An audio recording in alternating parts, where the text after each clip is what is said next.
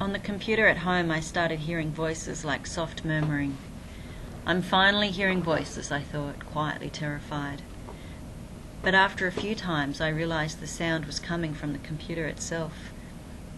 I thought, are they trying to make me think I'm going crazy? One night I woke to the front screen door banging shut and heard footsteps running across the veranda. The next day, the phone beside my bed had a single number typed into it. I'd suspected for some time that people might be coming into the house at night, but I'd been arming the alarm system, so I couldn't understand how any movement in the house wasn't detected.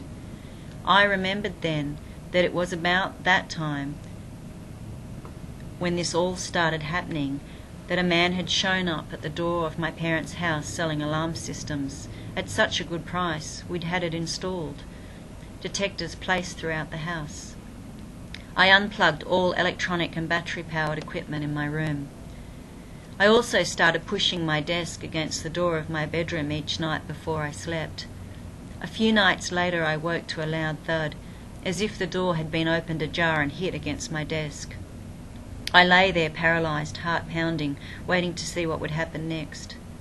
The next day I organised for locks in the house to be changed, and I had a separate lock put on my bedroom door. I climbed over my house trying to eliminate the bugs by switching off appliances one by one and waiting to see what would happen, what the voice had to say.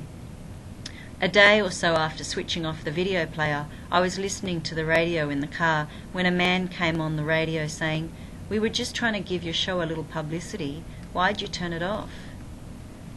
Everywhere I was hearing the words, "Sing, sing, sing," but the voice takes no responsibility. It will entrap you and it can't be trusted. You have to be careful. If it tells you to do something, working out what the consequence is a guess. I called National Security. "I need to see someone to explain what is happening," I said, explaining my situation briefly. "How can you prove it?" he asked, sounding unimpressed. "The whole world is bugged," I said, indulging in hysteria for a moment. "I suggest you put your concerns in writing," he said, giving me an email address.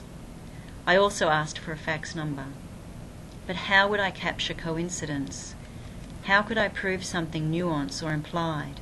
I may as well be floating in space. I typed a 20-page letter to National Security and sent it by email. The return email from National Security said, "The address would not resolve, reporting back, forbidden error."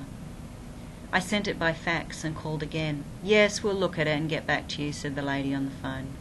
But as I waited, the days just flowed into each other as if I were pulling string from a ball of wool in the dark, trying to find the end, the answer. Was I the only stupid one trying to swim against this current, this evil tide? Aren't I the people? If this was a groundswell, I was certainly grounded. I couldn't understand what they wanted from me or why I was such a threat and what I had done so wrong.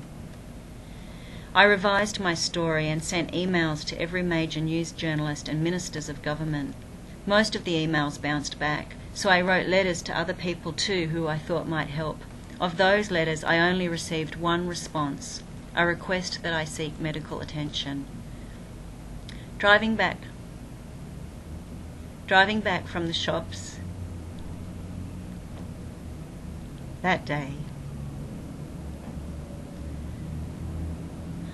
I saw the number plates on the back of a trailer ahead. Flee. There had been other signs too, although I couldn't be sure I could trust them. Was the voice trying to trap me or help? I was bound to it by a need to survive, like an animal tamed. There was no chance for me in the wild without it, and I had to do something. Anything was better than what I was doing, trying to stay calm. Whatever I did, it was best not to give them any warning.